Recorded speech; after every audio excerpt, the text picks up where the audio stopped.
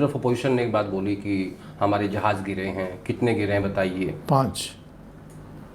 5 पाकिस्तान ने अपने जहाज़ को बेचकर गिराया था हमारा। ओके। उसमें कुछ चाइना का भी रोल था सर? चाइना के प्लेन्स तो चाइना के ही थे।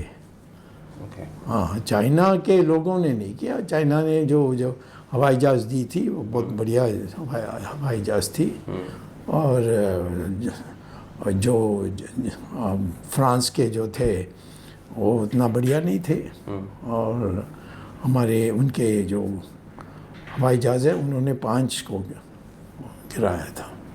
आपका मतलब रफेल ने अच्छा काम नहीं किया? रफेल तो पर्याप्त नहीं है हमारे देश के लिए। वो उसमें क्या क्या भ्रष्टाचार हुआ ये तो दूसरी बात है। मोदी रहते हुए हम इस पर जांच नहीं कर सकते क्योंकि होने नहीं देगा वो।